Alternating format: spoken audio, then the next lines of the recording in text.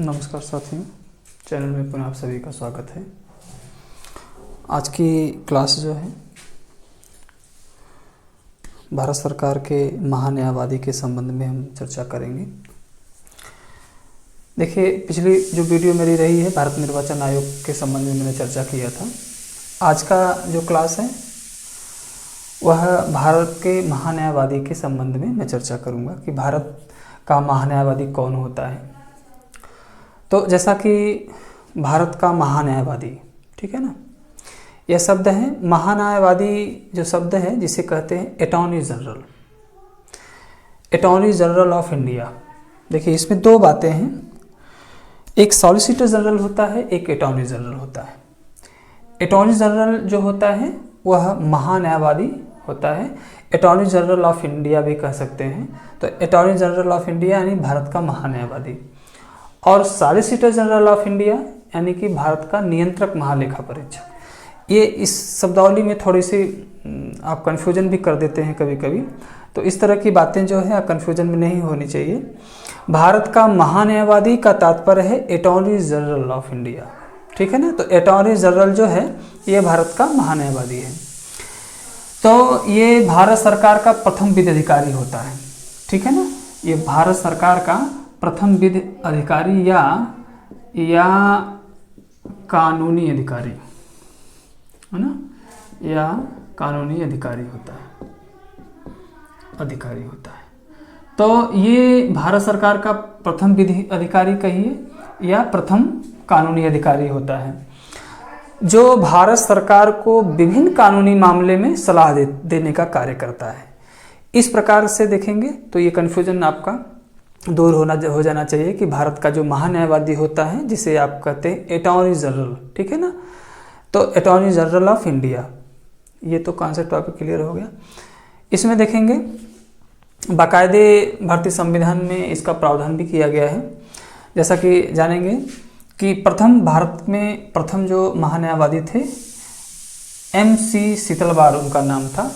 भारत के प्रथम न्यायवादी कौन थे, महान्यायवादी? ये 1950 में से लेकर के 1963 तक ये थे, यानी सबसे लंबा कार्यकाल रहा है इनका। तो MC शीतलवाड़ भारत के पहले महान्यायवादी या प्रथम कानून मंत्री ये रहे हैं, या भारत सरकार के प्रथम विधि अधिकारी रहे हैं। ऐसा बराबर वनडे एग्जाम में क्वेश्चन भी आता है। समसामयिक में देखेंगे तो के वेणुगोपाल वर्तमान समय में भारत सरकार के महान्यायवादी हैं। के वेणुगोपाल जो है 2017 में इनकी नियुक्ति हुई थी, अब तक ये चल रहे हैं, ठीक है ना, अब तक कार्यकाल इनका है। तो वर्तमान समय में के वेणुगोपाल जो है भारत सरकार के प्रथम कानून मंत्री या भारत सरकार के महान्यायवादी इस समय हैं, या भारत सरकार के अटॉर्नी जनरल इस समय हैं, ठीक है ना। तो इस तरह के जो प्रश्न बराबर वनडे एग्जाम में पूछता रहता है। आगे की तरफ देखेंगे, कुछ संवैधानिक प्रावधान भी किए गए हैं इसके, जैसा कि आप जानते हैं। नियुक्ति के संबंध में देखेंगे तो भारत का महान्यायवादी, ठीक है ना, भारत का एक महान्यायवादी होगा, यूँ कहें तो अनुच्छेद 76 कहता है। बहुत ही मोस्ट इम्पॉर्टेंट क्वेश्चन है ये। तो भारत का महान्यायवादी एक महान्यायवादी होगा, या भारत सरकार के महान्यायवादी जो हैं इनकी नियुक्ति राष्ट्रपति के द्वारा की जाती है। राष्ट्रपति जो है भारत सरकार के महान्यायवादी की नियुक्ति करता है। ये क्वेश्चन बराबर वनडे कंपटीशन में पूछता भी है। तो अनुच्छेद 76 के अंतर्गत राष्ट्रपति जो है भारत के महान्यायवादी की नियुक्ति करता है। ये आपके कॉन्सेप्ट क्लियर हो गए होंगे। तो राष्ट्रपति के द्वारा महान्यायवादी की नियुक्ति की जाती है। हाँ, राष्ट्रपति अपने विवेक से नियुक्ति नहीं करता, यह क्या है, संघ मंत्रिमंडल की सलाह पर ही नियुक्ति करता है। इसमें भी देखेंगे कि राष्ट्रपति जो है विभिन्न प्रकार की जो राष्ट्रपति नियुक्तियां करता है, जैसे संघ लोक सेवा आयोग के अध्यक्ष सदस्य हों, अल्पसंख्यक आयोग के अध्यक्ष सदस्य हों, ठीक है ना, महान्यायवादी हों या नियंत्रक महालेखा परीक्षक हों, जो मुख्य निर्वाचन आयुक्त हों, ठीक है ना। जैसा कि हमने बताया भी था, पिछली वीडियो मेरी देखेंगे तो आपको हमने राष्ट्रपति के द्वारा जो नियुक्तियां की जाती हैं कौन कौन सी नियुक्तियां की जाती हैं। तो राष्ट्रपति स्वविवेक से नियुक्ति नहीं करता। राष्ट्रपति कोई भी नियुक्ति संघ मंत्रिमंडल की सलाह पर ही करता है। संघ मंत्रिमंडल के द्वारा जो है नाम का निर्देशन किया जाता है, नाम सुझाया जाता है और राष्ट्रपति के पास भेजा जाता है और राष्ट्रपति जो है उस पर हस्ताक्षर कर देता है या अपनी अनुमति दे देता है। तो इस तरह से हाँ, नियुक्ति के संबंध में राष्ट्रपति जो है संघ मंत्रिमंडल की सलाह पर भारत के महान्यायवादी की नियुक्ति करता है। तो इस तरह से बातें हैं। देखते हैं कि इसकी योग्यता क्या है, भारत के महान्यायवादी की योग्यता क्या है। तो योग्यता है उच्चतम न्यायालय का न्यायाधीश बनने योग्य हो। न्यायाधीश बनने योग्य हो, बनने योग्य हो, ठीक है ना। तो वह व्यक्ति भारत का महान्यायवादी नियुक्त किया जाएगा, चुना जाएगा, जो उच्चतम न्यायालय का न्यायाधीश बनने की योग्यता रखता हो, तो उसे जो है भारत सरकार का महान्यायवादी नियुक्त किया जाएगा। क्योंकि जानते हैं, अभी मैं बताऊंगा महान्यायवादी के जो कार्य हैं, तो विधि के ही संबंध में सलाह देने के कार्य इसके हैं। तो यह विधि विशेषज्ञ होता है। तो स्वाभाविक है कि उच्चतम न्यायालय का न्यायाधीश बनने की योग्यता रखता हो तो उसे भारत सरकार का महान्यायवादी नियुक्त कर दिया जाएगा। इस तरह की बातें हैं। लेकिन नाम का निर्देशन कौन करेगा? संघ मंत्रिमंडल करेगा और राष्ट्रपति उसकी नियुक्ति कर देगा, ठीक है ना। अनुच्छेद 76 भी आपके लिए बहुत इंपॉर्टेंट है। पदावधि देखेंगे, कार्यकाल देखेंगे। तो देखिए, भारत सरकार के महान्यायवादी के कार्यकाल निश्चित नहीं किए गए हैं। अमूमन आप 5 साल रख लीजिए, ठीक है कि सरकार जैसे 5 साल रहती है, भाई जिस दल की भी सरकार रहेगी तो उसके महान्यायवादी रहेंगे, ठीक है ना। दल की मान लीजिए कि सत्ता परिवर्तन हो गया और नई सरकार का गठन हो गया तो महान्यायवादी की जो नियुक्ति है वह दूसरी हो जाएगी और रद्द कर दी जाएगी। तो बहुत सारी ऐसी होती हैं। तो ये क्या है कि जब तक राष्ट्रपति चाहता है तब तक जो है भारत का महान्यायवादी बना रहता है। तो कार्यकाल इसके निश्चित नहीं किए गए हैं। अमूमन आप अगर जानना चाहते हैं तो 5 वर्ष जानते रहिए, ठीक है ना। तो राष्ट्रपति जब तक चाहता है तब तक महान्यायवादी जो है अपने पद पर बना रहता है। इस तरह की बातें हैं। हाँ, देखते हैं वेतन इनको कैसे मिलता है, कितना मिलता है ना। महान्यायवादी के वेतन कितने हैं? तो 90,000 रुपये प्रति माह। ये जो है 90,000 रुपये प्रति माह इनके वेतन सुनिश्चित किए गए हैं। अब जैसा कि एक तरह से जो 90,000 रुपये प्रति माह निश्चित किए गए हैं, ये भारत की संचित निधि से ही वेतन इनको दिए जाते हैं। तो विभिन्न प्राधिकारी जो संवैधानिक प्राधिकारी हैं उनको सभी को वेतन जो है भारत की संचित निधि से ही दिए जाते हैं। तो भारत की संचित निधि के माध्यम से 90,000 रुपये प्रति माह जो है भारत के महान्यायवादी का वेतन सुनिश्चित किया गया है। इसी तरह से देखेंगे महान्यायवादी के कार्य कौन कौन से हैं।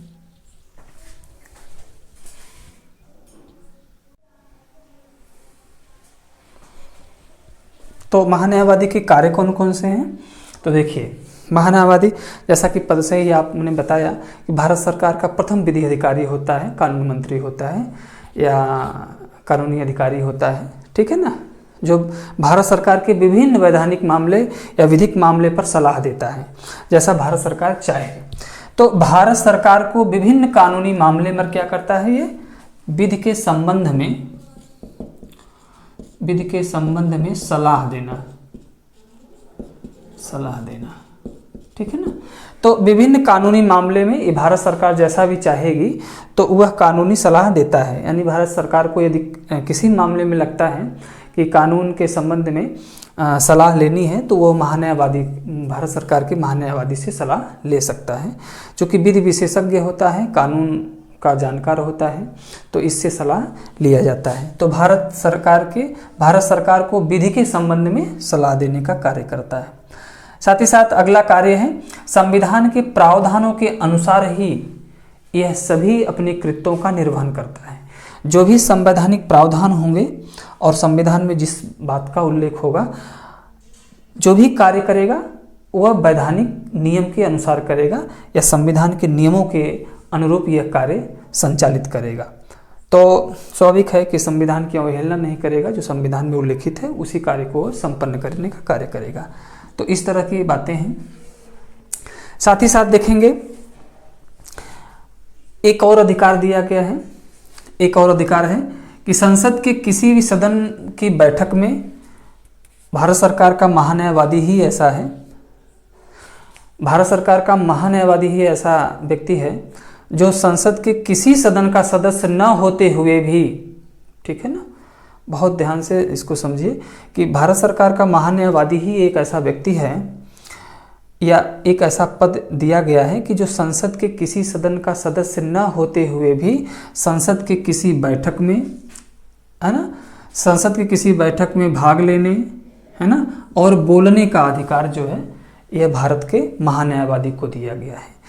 तो यह कभी कभी उनके एग्जाम में पूछता भी है कि किस व्यक्ति को संसद का सदस्य न होते हुए भी उसकी बैठक, संसद की संयुक्त बैठक में या संसद की किसी भी समितियों का सदस्य बनने के लिए आमंत्रित किया जा सकता है या वह बिना पूछे ही भाग ले सकता है। तो यह महान्यायवादी ही ऐसा है जो संसद के किसी सदन का सदस्य न होते हुए संसद के किसी भी कार्यवाही में यह बैठ सकता है, भाग ले सकता है, बोल सकता है, ठीक है ना। और साथ ही साथ संसद की किसी समिति का सदस्य भी बन सकता है, ठीक है ना।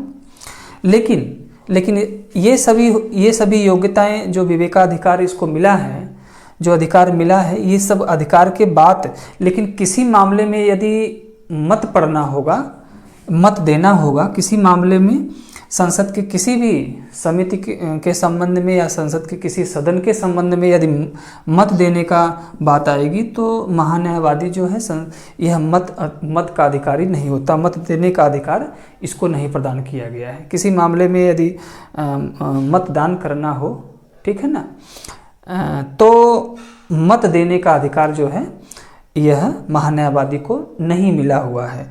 बैठक में भाग ले सकता है, बोल सकता है, समितियों का सदस्य बन सकता है, लेकिन मत देने का अधिकार नहीं दिया गया है।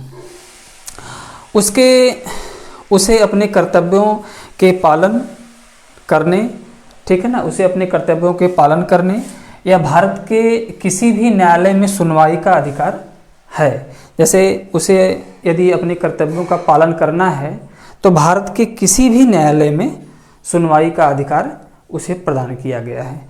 तो यह सब बातें जो हैं यह भारत के महान्यायवादी के संबंध में है। जैसा कि हमने बताया भी, वनडे कंपटीशन में बराबर इसी तरह से क्वेश्चन आता है। क्वेश्चन की प्रकृति में बता दे रहा हूँ कैसे पूछता है। जैसे पूछता है कि वर्तमान समय में भारत के अटॉर्नी जनरल कौन हैं या Bharat attorney general of India कौन है, तो कौन है, तो वर्तमान समय में के वेणुगोपाल हैं। या यूँ पूछ देता है भारत के पहले महान्यायवादी कौन थे, तो MC सीतलवाड़ थे। इस तरह से भी क्वेश्चन आता है। क्वेश्चन थोड़ा सा घुमा के पूछता है, तो पूछता है भारत सरकार का प्रथम विधि अधिकारी कौन होता है या प्रथम कानून अधिकारी कौन होता है भारत सरकार का, तो कौन होता है, महान्यायवादी, ठीक है ना। इस तरह से क्वेश्चन भी आता है।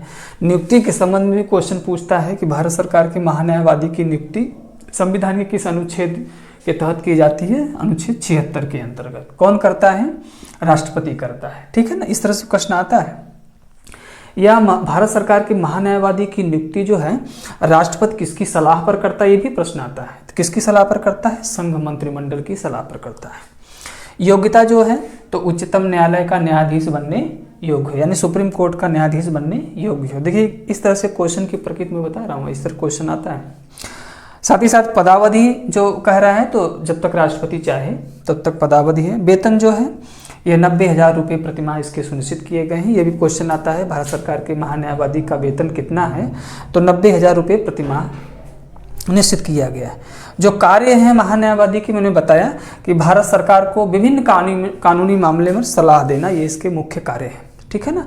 और भी इस तरह से प्रश्न पूछ देता है कि संसद के किसी सदन का सदस्य न होते हुए भी कौन सदस्य या कौन व्यक्ति या कौन पदाधिकारी संसद के किसी सदन का सदस्य न होते हुए भी संसद की किसी बैठक में भाग ले सकता है या बोल सकता है, तो कौन होता है, भारत का महान्यायवादी होता है। मोस्ट इंपॉर्टेंट क्वेश्चन ये है, बराबर क्वेश्चन कंपटीशन में आता है, ठीक है ना। इसी तरह से सभी बातें हैं। जैसे भारत का महान्यायवादी होता है, देखिए इसी के साम्यता से अगर यदि आप पढ़ेंगे, जैसे भारत का महान्यायवादी होता है, हमने बताया प्रथम कानूनी मंत्री होता है या कानूनी अधिकारी होता है, हमने बताया ना। तो इसी की जगह पर जो राज्य का ये तो भारत का हो गया, ठीक है ना, हमने आपको बताया। और दूसरा जो होता है बता दे रहा हूँ आपको,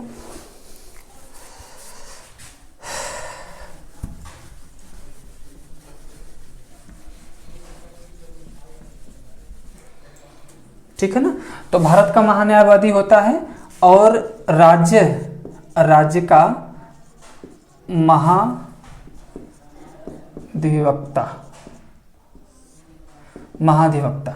ठीक है ना। अब देखिए, भारत का महान्यायवादी जो प्रथम कानून मंत्री होता है, मैंने बताया भारत सरकार का, और राज्य का, जैसे भारत का महान्यायवादी है वैसे राज्य का कौन होता है, महाधिवक्ता होता है। यह राज्य के कानूनी मामले में राज्य सरकार को वैधानिक सलाह देता है। सेम बातें यही हैं, ठीक है ना। राज्य का महाधिवक्ता होता है, ठीक है ना, सेम पद जो है भारत के महान्यायवादी के समान है। इसकी नियुक्ति, महाधिवक्ता की नियुक्ति कौन करता है, राज्यपाल करता है। देखिए उसी तरह से क्रम में आएंगे। और किसकी सलाह पर करता है, तो विधानमंडल के सलाह के हाँ, जो राज्य की मंत्रिमंडल होंगे, राज्य के जो मंत्रिमंडल होंगे उसके सलाह पर जो है राज्यपाल जो है महाधिवक्ता की नियुक्ति करता है। तो केंद्र में महाधिवक्ता होता है, केंद्र में महान्यायवादी होता है, राज्य में महाधिवक्ता होता है। बातें सेम उसी तरह से हैं। योग्यता देखेंगे तो महाधिवक्ता की जो योग्यता है, तो यहाँ सुप्रीम कोर्ट दिया है महान्यायवादी के संबंध में, तो यहाँ उच्च न्यायालय का न्यायाधीश बनने योग्य हो। सेम बातें वही इसी तरह से आप देखेंगे। यह राज्य सरकार के किसी कानूनी मामले में सलाह देता है। वह राज्य के किसी विधानमंडल का सदस्य न होते हुए भी राज्य के तो विधानमंडल के किसी सदस्य विधानमंडल का कोई सदस्य न होते हुए भी वह विधानमंडल की किसी भी बैठक में भाग ले सकता है, बोल सकता है। इस तरह से बातें इसके लिए भी लागू की गई हैं। तो ये कुछ इसी तरह से हैं कि जो न्यायवादी होता है भारत सरकार का, और महाधिवक्ता जो होता है वो राज्य सरकार का होता है। तो इस सारी बातें जो हैं एक पद के समान साम्यता रखी गई है, ठीक है ना। तो जैसा मुझे विश्वास होगा कि वीडियो आपको अच्छी लगी होगी। बहुत बहुत धन्यवाद, बहुत बहुत शुभकामनाएं।